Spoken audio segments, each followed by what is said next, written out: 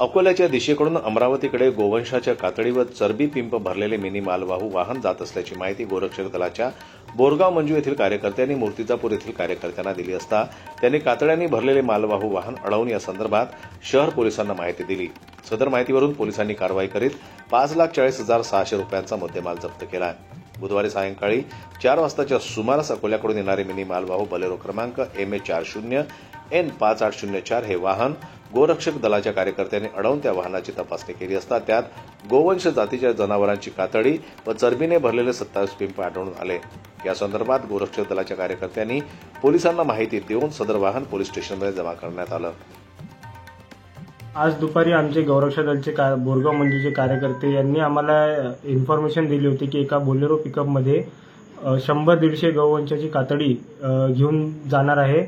त्यांची माहिती अनुसार आम्ही मूर्तिजापूर बायपासवर उडान पूलवर गाडी नाकाबंदी करून गाडी थांबवली आणि गाडीची तपास केल्यानंतर जेव्हा आम्हाला त्याच्यात गौवंशाची कातडी आणि चरबी दिसली आम्ही पोलिसांना माहिती दिली आणि पोलिसांसोबत कारवाई केली। किती कातडी होती आणि किती चरबी होती? 149 गौवंशाची कातडी आणि 27 डब्बे चरबी होती। पोलिसांना या वाहनात गोवंशाची 29,800 रुपये किमतीचे 149 कातडी, 10,800 रुपये किमतीचे चरबीने भरलेले आढळून आले। त्याचबरोबर पोलिसांनी 5 लाख रुपये किमतीचं वाहन जप्त केले असून असा एकूण 5,40,600 रुपयांचा मुद्देमाल हस्तगत केला। या प्रकरणी 20 वर्षीय मोहम्मद शेख आरिफ राहणार गणेशनगर पांढरी तालुका अंजनगाव सुरजी व मोहम्मद हशम शेख कासम वय वर्ष 38 राहणार कुरेशीपुरा नवी वस्ती बडनेरा या 2 आरोपींना अटक केली आहे। त्यांच्याविरुद्ध भारतीय न्याय संहिता कलम 325, 3(5) सहकलम 5(5) क 9(अ) महाराष्ट्र प्राणी संरक्षण अधिनियम अंतर्गत गुन्हा दाखल केला आहे।